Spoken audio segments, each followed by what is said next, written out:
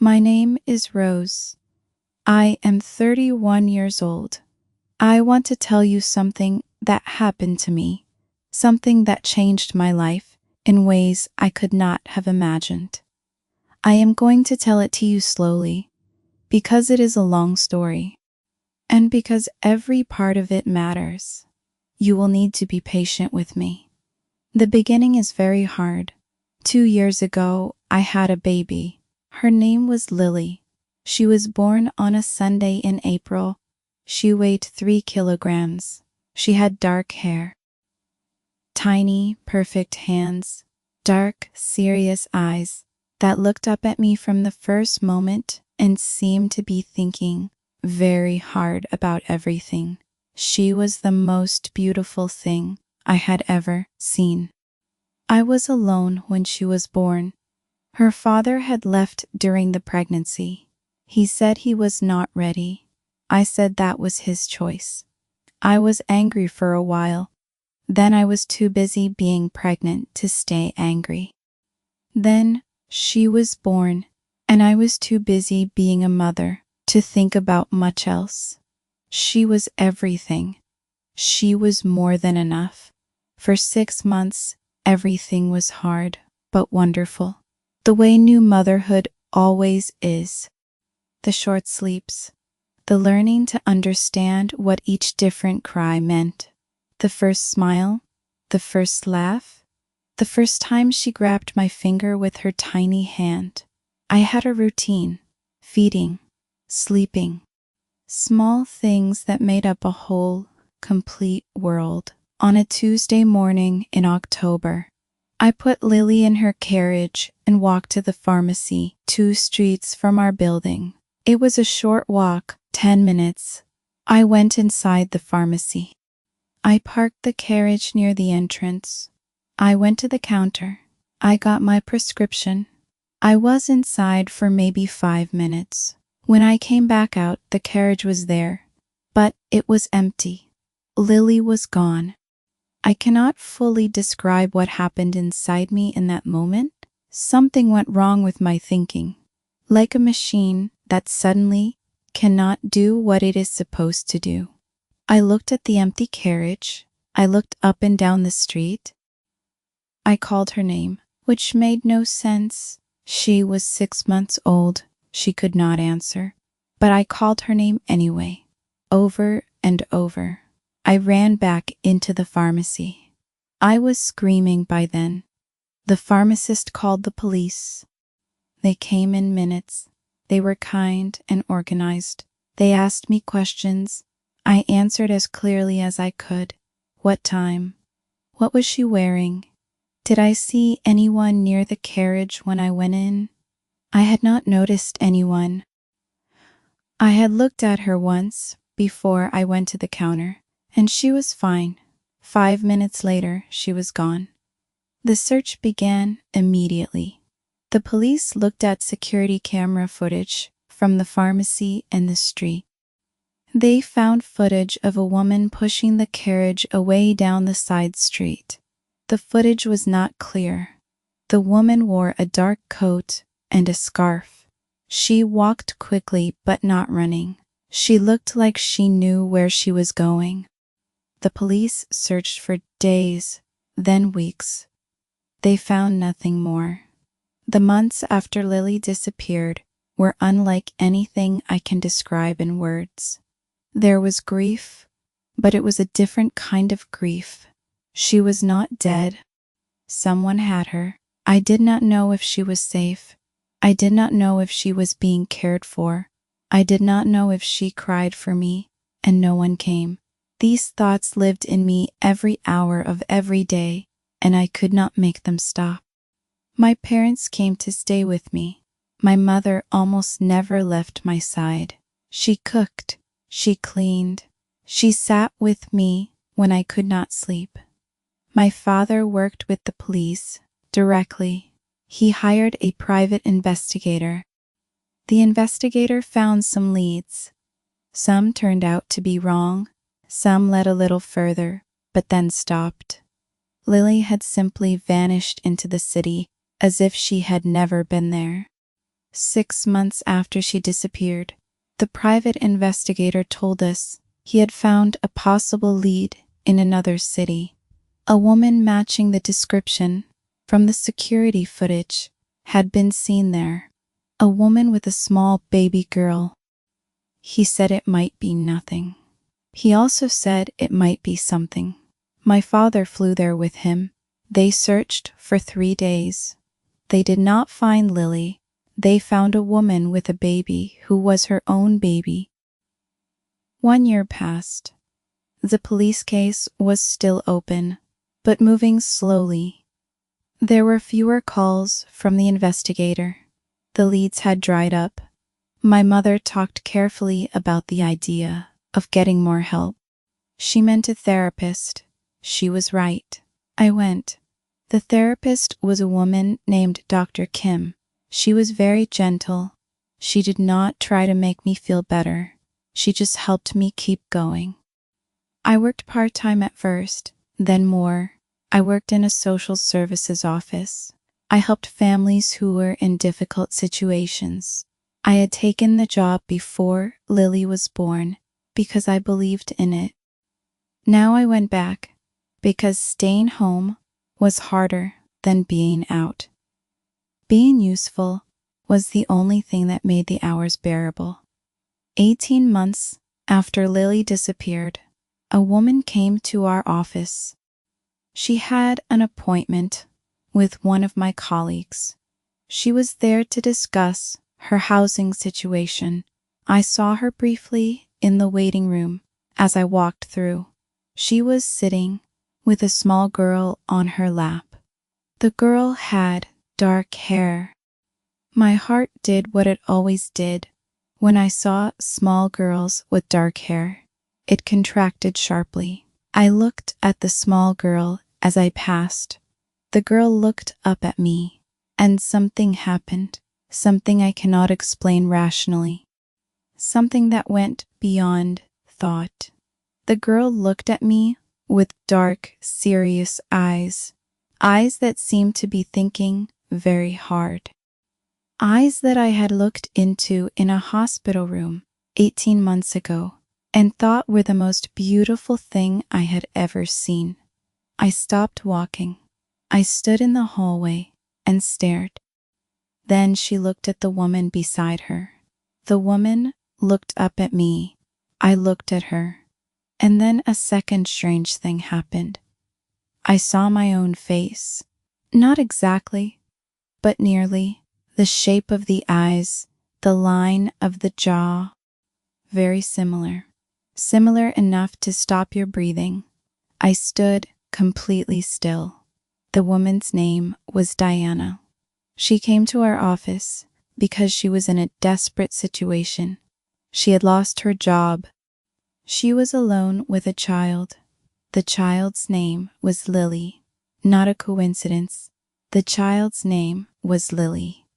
I found this out when I asked to see her case file. I stood at my desk holding the file, and my hands were shaking so hard I had to put it down. I did not go to the police immediately. I needed to be sure. I needed to be calm. I called my mother. She sat with me while I tried to think clearly. She said I needed to speak to the woman Diana. Directly, she said, I needed to see the child again, up close. She said we needed to be careful. If I was right, this was the most important moment of 2 years.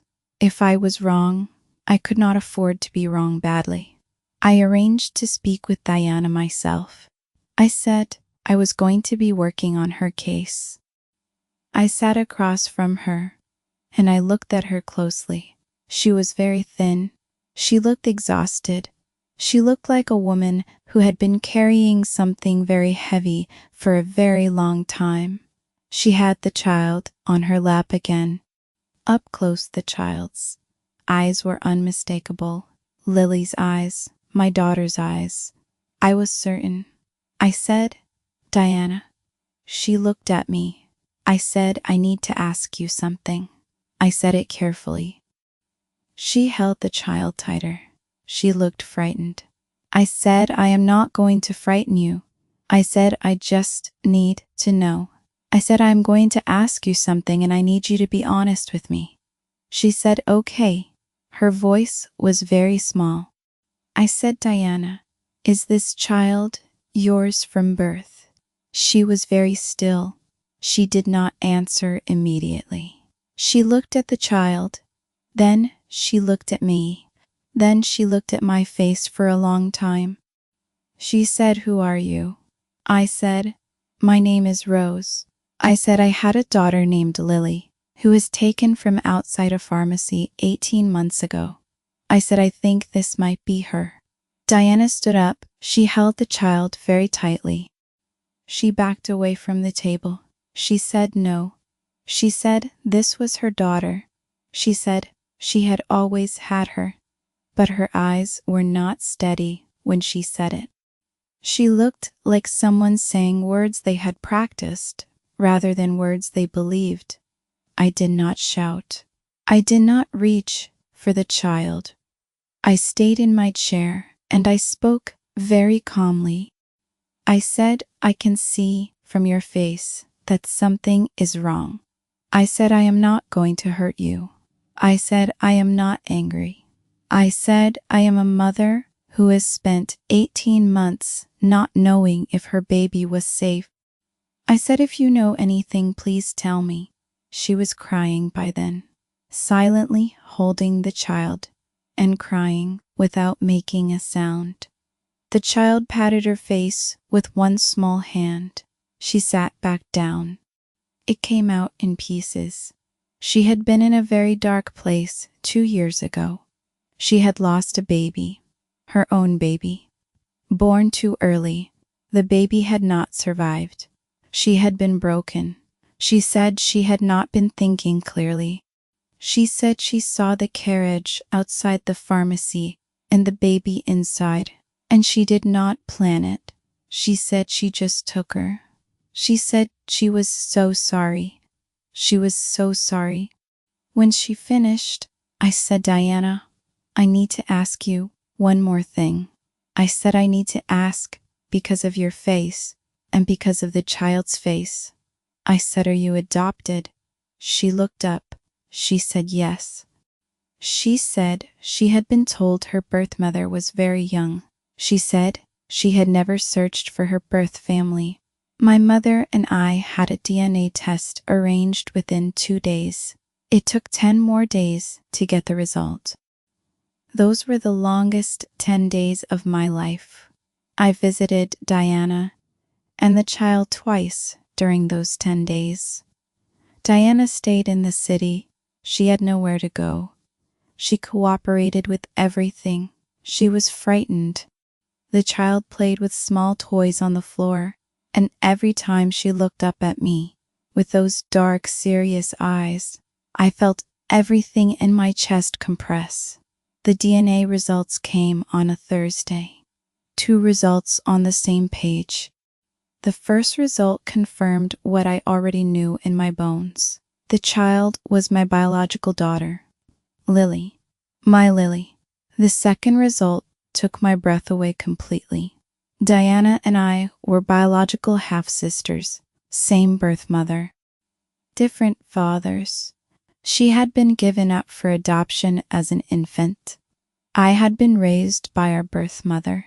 We had grown up in the same city and never known each other. Diana received the result too. She called me. She said, Rose. I said, I know. She said, we are sisters. I said, yes. She said, I took your baby. I said, yes.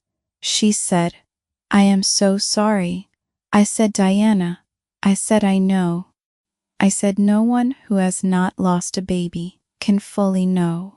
But I had my own grief from 18 months, and I understood enough. I said, come and see me. What happened next was complicated. The law was involved. Diana was honest with the police. She told them everything. She accepted full responsibility. She did not try to make excuses beyond the truth, which was that she had broken under grief and done something unforgivable. The courts took everything into account. Her mental state at the time, her full cooperation, her care of the child during those 18 months. Diana did not go to prison. The courts required treatment, required supervision, required full cooperation, required therapy for years. It was not nothing. It was serious. But she was not imprisoned. I was asked by the court what I thought was right. I said I thought Diana needed help, not a cell.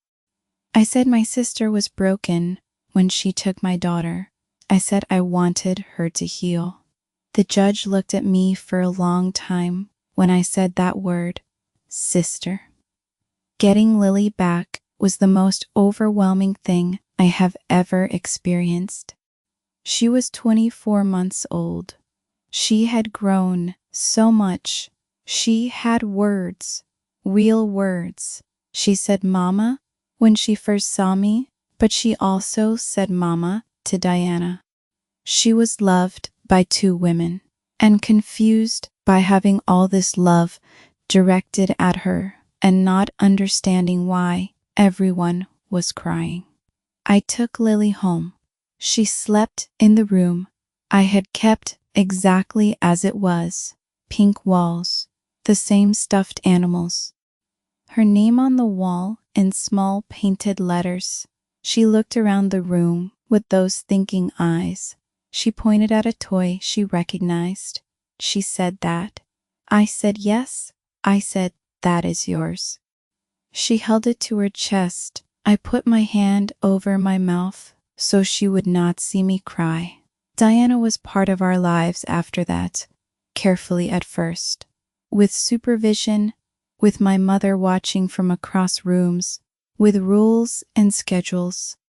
But she was there, because however impossible the situation was, she was my sister, and Lily knew her, and love does not disappear, just because the truth is complicated. Sometimes the truth is deeply complicated, and love is still there inside it. 2 years later, Diana is better. Her therapy has been steady and serious. She has a job. She has her own apartment. She comes to see Lily every 2 weeks. Lily knows Diana is special to her. Lily does not yet know the full story. She is too young. Someday we will tell her. Someday she will ask questions. We will answer them honestly, all of us together. I am 31 years old. I lost my daughter and I found my sister. The 2 things came from the same terrible event. I cannot call that event good. It was not good. It was a wound that will always have a scar. But inside the wound, there was also something else. A connection I did not know I was missing. A sister I never knew existed. A family that is strange and complicated and real. Lily is 3 years old now. She has dark hair and serious dark eyes that are always thinking hard about things. She likes dogs and oranges and a specific song that she demands we play repeatedly until everyone in the room has memorized it. The last 3 years cannot be undone, but they also cannot take away what is here right now. What is here right now is everything. I want to tell you about the months between losing Lily and finding her again. Because those months were a life of their own, a whole world I lived inside that I did not expect to survive and did. The first weeks after Lily disappeared, I barely slept. When I did sleep, I woke up reaching for her. My body had learned where she was in the night, the sound of her breathing, the warmth of her in the mornings when I brought her into my bed. My body did not understand that she was gone. It kept expecting her. This was its own particular cruelty. My parents stayed with me for the first month. My mother slept in the room that was supposed to be Lily's room. She could not sleep in there. She told me afterward that she sat on the floor of that room many nights and talked to the stuffed animals on the shelf. She said she told them that Lily was coming back. She believed it. She made herself believe it every night. I did not know this at the time. She did not tell me because she did not want to show me how frightened she was. She was very frightened. The police detective assigned to our case was a woman named Voss. She was careful and thorough, and she called me every few days, even when she had nothing new. She said she called because she wanted me to know she was still working. She said some detectives go quiet between developments, and she thought that was wrong. She said a person could not live in silence. She was right. Those calls mattered even when there was nothing in them. Sometimes, especially when there was nothing, it meant someone was still there. The private investigator my father hired was a man named Gray. He was older. He had done this kind of work for 30 years. He sat across from me in my parents' living room at the beginning and said, "Mrs. Rose, I am going to tell you the truth about this kind of case." He said most taken children are found. He said the statistics were on our side. He said the longer the time without contact from anyone demanding something, the more likely the situation was what he called personal. He said personal situations were harder in some ways, and in other ways easier to resolve. He said Lily was out there somewhere being cared for by someone who wanted a child. That was devastating. It was also the best possible version of a terrible situation. I held on to that. I held on to it for a year and a half, not because it made me feel better. It did not make me feel better, but because it was a fact, and I needed facts. I needed something solid to hold in the middle of all that empty, terrifying space. I went back to work at the social services office 4 months after Lily disappeared. My therapist, Dr. Kim, said it was the right time. She said I needed structure and I needed purpose. She said the work I did there helped people who were in difficult situations. She said doing that work would not replace what I had lost, but it might help me carry it. She was right again. She was right about most things. I kept seeing her. Every week, I keep seeing her now. The social services office was different after Lily. I saw every family differently. Every parent who came in. Every child. I paid attention in ways I had not paid attention before. I noticed things. The way a child held a parent's hand. The specific particular sound of a child's laugh. These things made me ache, and they also made me feel connected to something larger than my own grief. Other people had losses. Other people needed help carrying them. Helping them carry theirs helped me carry mine. 18 months in, that afternoon in the waiting room, the woman with the dark hair and the little girl with the big, dark, serious, thinking eyes. I will spend the rest of my life thinking about that moment, about the way time stopped when I looked at that child's face, about the cold, absolute certainty that arrived in my body before my mind had processed a single fact. Your body knows. Before the DNA, and before the questions, and before the conversation, your body simply knows. Detective Voss came to the office the next morning after I called her.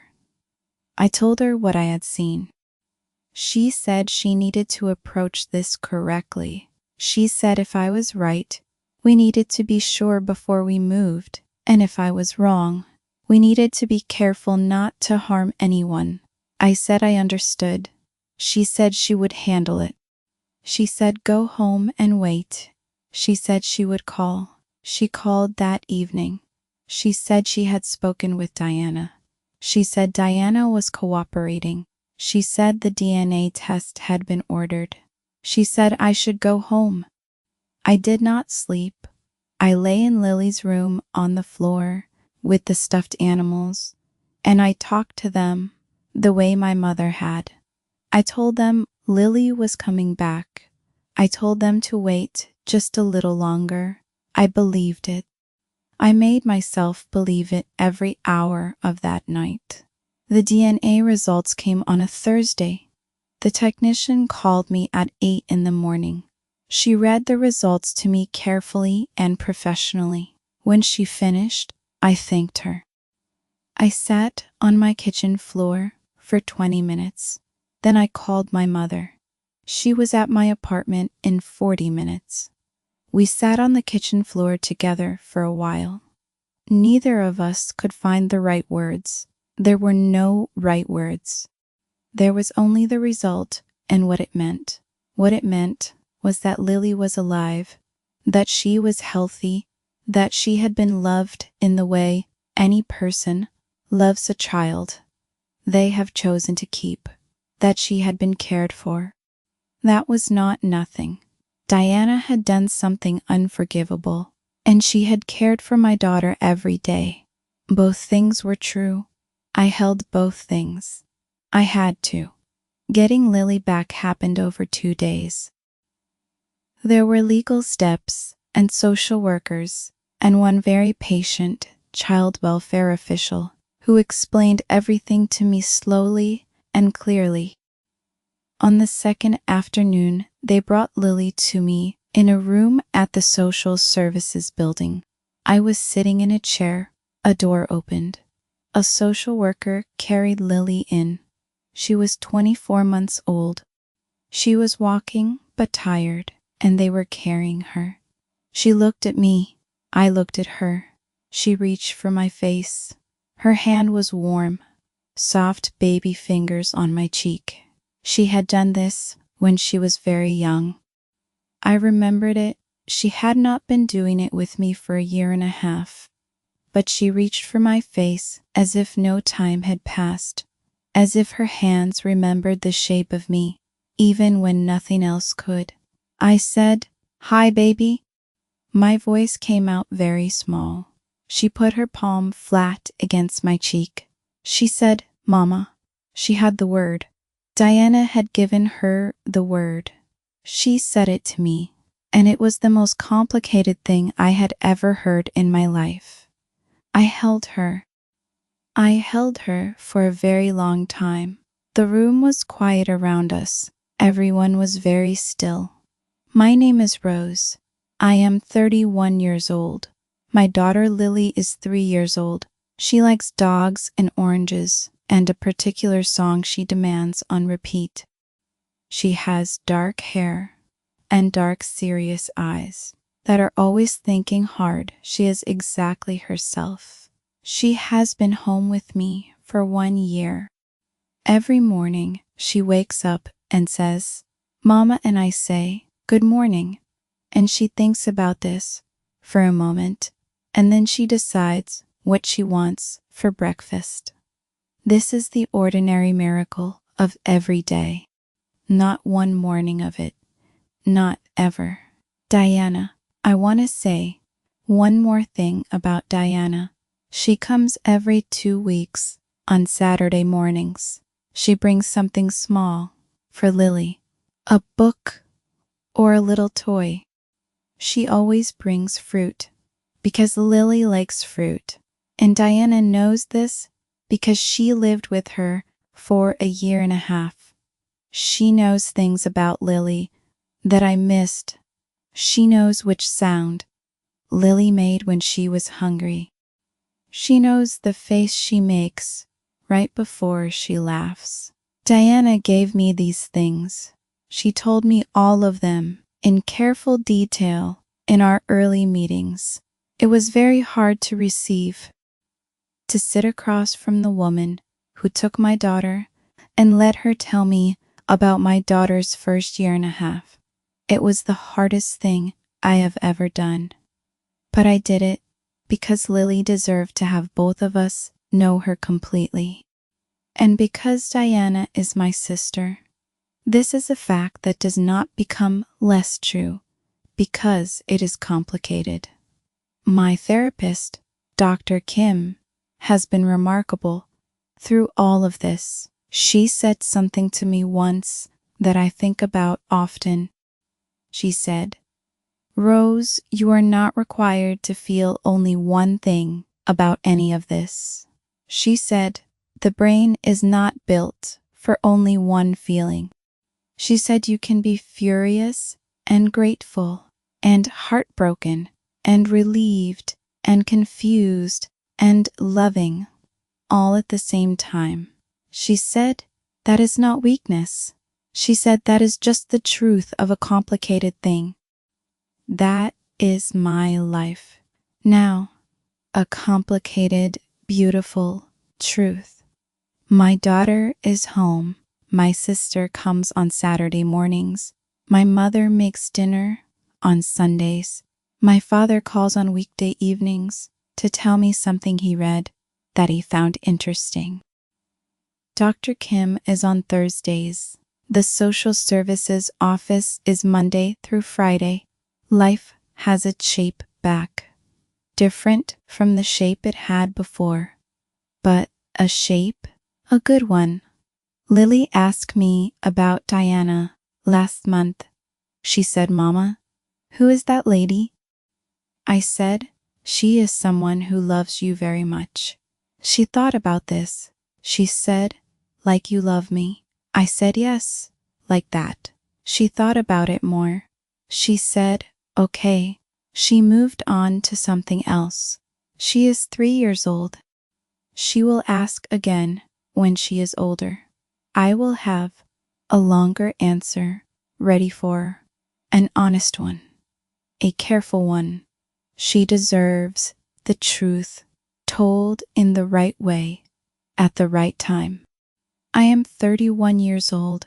I lost my daughter and I found my sister and I got my daughter back and I am still standing. The standing was never guaranteed. Many days I did not think I would manage it. But here I am, standing, moving forward, making breakfast every morning for a small person with dark, serious thinking eyes, who likes dogs and oranges, and a song she demands on endless repeat. I make the breakfast. Every single morning I look at her face and I am grateful. Completely, without qualification. Grateful for every ordinary morning. I want to end with something small, something from last week. Lily and I were in the park. She was running ahead the way she always does.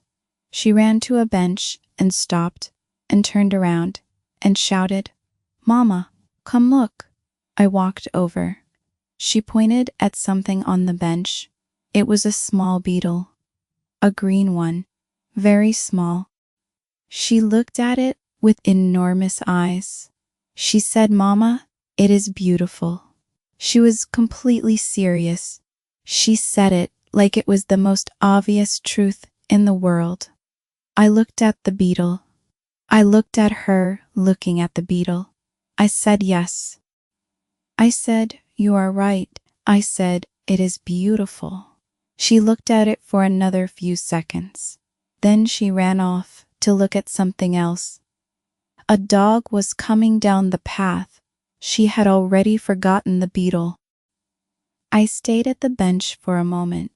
I looked at the small, green, shiny beetle. I thought about everything that had to happen to bring us to that bench. Every terrible thing, every long, dark month, every step of the long, slow recovery.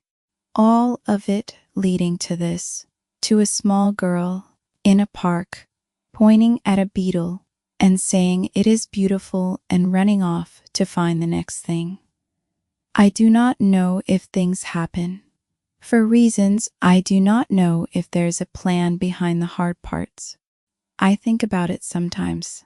I do not have a clean answer.